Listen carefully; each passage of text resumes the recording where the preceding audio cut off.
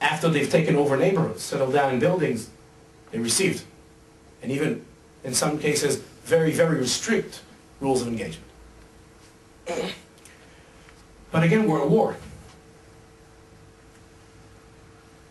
Maybe in the words of one of the testifiers, look, man, it's not that we were in an operation in the West Bank where we have rules of engagement. We were at war. You shoot.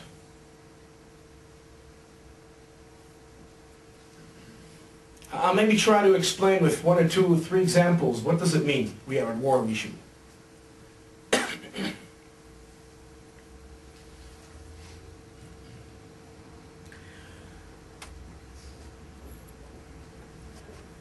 One of the main things, one of the basic things you study when you become an infantry combat soldier or at all, you learn that when you're in a battlefield, your best protection is not to be inside a bunker.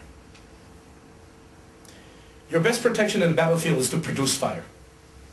Okay, that's the military language. If you produce fire all the time, the enemy will keep heads down, you'll close the gap and you'll nail him. So if you're in a battlefield, you need to shoot. You need to produce fire all the time. So we spoke to a cannon operator in a tank who served in El Atatra with the paratroopers brigade, the north of Gaza City. Okay, he's entering the neighborhood. He gets to a junction. He needs to turn right. But there's buildings and he doesn't see what's behind the building. What they do? 8 shells around. Take the turn. That's what you do, right? You shoot.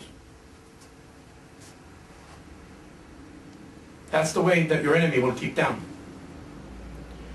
Only as tank, and I'm getting to very, very technical stuff, only as tank fired in 2 weeks of operation, 50 tank shells. Maybe if there's in the crowd people with military background, they right away will understand the meaning of what I'm saying.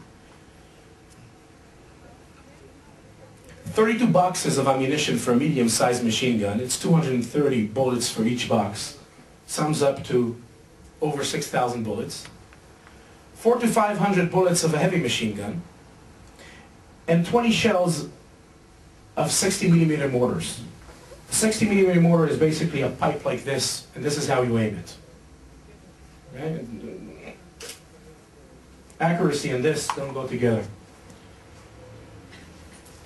This is one tank. There were over 2 brigades of tanks in the operation, hundreds. That's only the tanks. There's mortars, there's artillery, there's Air Force, Special Forces, engineer troops, Navy, infantry. This is an amount of fire that you cannot even grasp. To put it a bit in context, the highlight of the Second Intifada 2002-3 in Gaza, for a tank to fire 1 shell, you had to give an approval from the Brigadier General. Now a tank commander, 19-and-a-half-year-old, 50 shells in 2 weeks.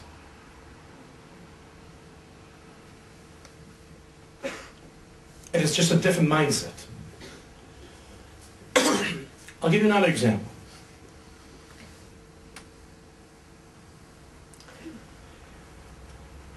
When you study urban warfare, you are taught that there's 2 ways to enter to a structure. What we call in the IDF a wet entry and a dry entry. A wet entry is you don't take any risks. Before you go in, you throw grenades into each room, spray bullets all over. A dry entry is, before you go in, you're just ready. You don't shoot anything. You get in, and only if you see an enemy, you selectively take him out. If all the concept is not to take risks, right? If all the concept. So most of the units used wet entry. A platoon leader in Zaytun area, here, south of Gaza City. First house they need to enter.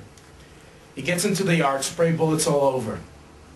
The only problem is before they got in, the Air Force was bombing there, right?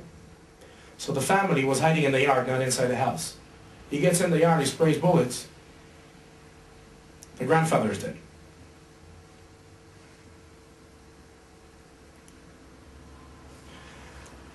Actually, I bring up this story because this is a very unique and exceptional story. Not what I told it now. What's unique and exception is what happens after that. This platoon officer right away understands that the strategy of this operation doesn't actually fit the reality around it. There are civilians there. And he decides by himself to change the rules. And this platoon from then on doesn't enter in wet entries. Probably saved a lot of lives. I think this is a very important example because this shows us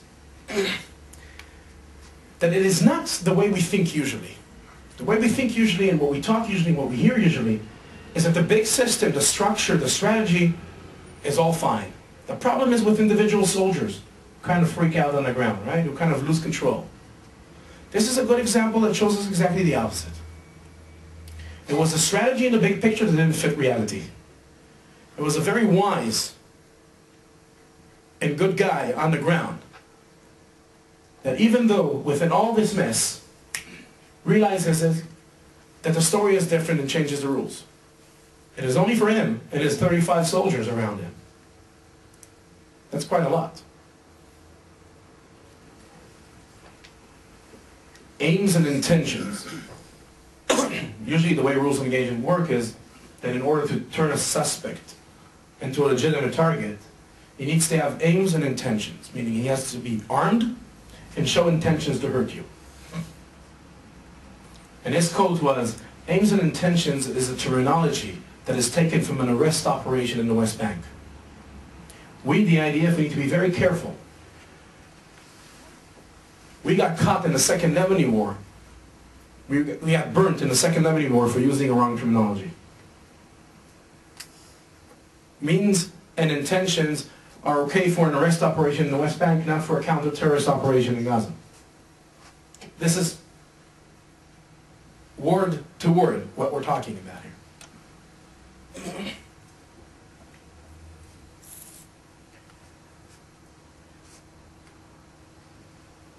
Maybe there's a lot of different topics to talk and to discuss, but I want to wrap it up and leave some time for questions. But I just want to say one thing, one more last thing, which is the fact, this fact that the IDF has changed its strategy and approach a priori before this operation was one of the most disturbing things that we as Breaking the Science came across. And this is why we decided to kind of step out of our usual work and do call for something. And the one thing we called was an independent inquiry in Israel. Because our basic beliefs and principles is that we, the Israeli people, need to know what was carried out in our name. We need to be confronted with this and take responsibility over this. And in a way, we didn't find ourselves alone. It is very important to mention and to understand here that even a group of Israeli intellectuals who put together what we all familiar with in Israel as the spirit of the IDF, the ethical code of the IDF, are in public stages in Israel are calling for an independent inquiry. Because this is a categorical shift in the way we approach combat, conflict in an area of civilian, that there are civilians around. This approach of minimum risk, of not taking chances even if we know that the other side is going to pay for it. This is something new. And it demanded from us in a way to reply in a new way. The thing is that I think I can continue on here for hours and talk about more and more stuff, but I'll end here.